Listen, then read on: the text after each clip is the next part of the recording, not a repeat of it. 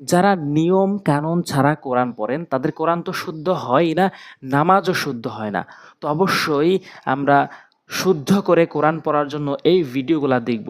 এবং আজকের পরিচয় হচ্ছে যে নুন নুন সাকিন ৪টি প্রকার রয়েছে।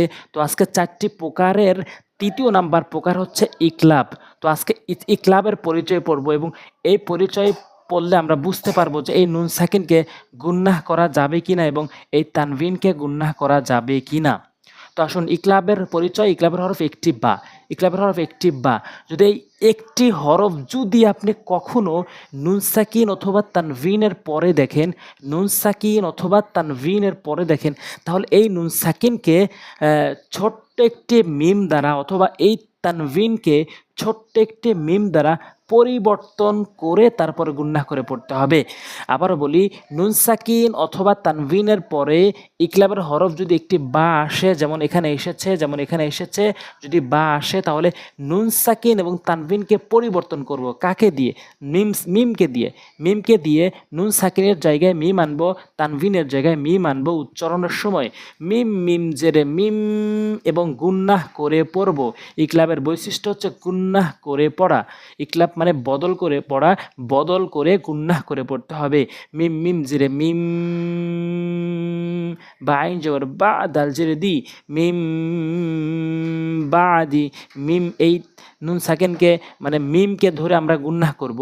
মিম বাদি, মিম মিম জবর মাম, গুন্নাহ করব আমরা ইকলাবের নিয়ম হওয়ার কারণে। মাম বা জবর বা, খ জেরে খি, লাম জবল্লা, মাম বাখিলা, মাম বাখিলা। ফা জবর ফা, হামজা মিম জবর আম, হামজা মিম জবর আম, ফা আম। বা তা জবর বাত, নুন আলিফ জবর না, ফা আম বাতনা। হামজা জের ই, জাল মিম জের জিম, ইজিম। বা জবর বা, আইন জবর আসা, জবর সা, ইজিম বাআসা, ইজিম বাআসা। এভাবে পড়ব।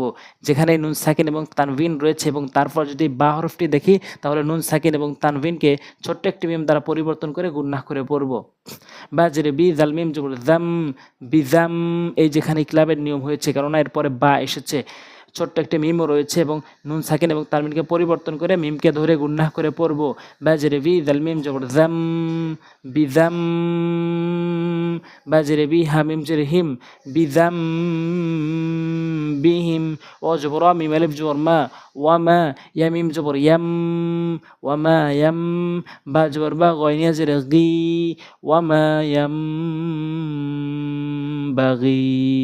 বা শিন পেশে বুশ, র আলিফ মিম দুই জবর রম, র আলিফ মিম দুই জবর রম, বুশ রম।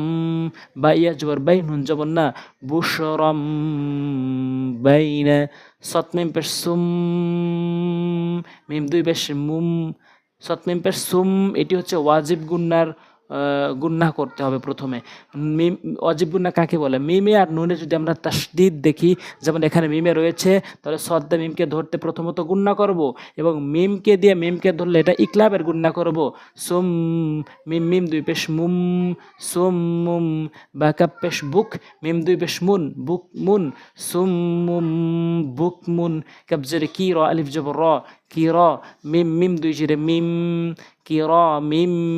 বা জবর বা, র জবর র, র জবর র, বা র র, তা দুই জেরে তিন, কি র মিম বা র র তিন, কিরামিম বারারাতিন। তো এভাবে আমরা নিয়মটি শিখে প্রয়োগ করে সহিহ শুদ্ধ করে কোরআন তেলাওয়াত করব।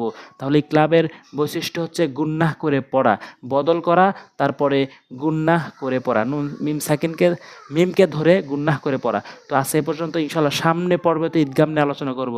আর ভিডিওগুলো শেয়ার করবেন এবং সাবস্ক্রাইব করে পরবর্তী ভিডিও পাওয়ার জন্য সাবস্ক্রাইব করবেন অবশ্যই, ইনশাআল্লাহ। আসসালামু আলাইকুম ওয়া রাহমাতুল্লাহি ওয়া বারাকাতুহু।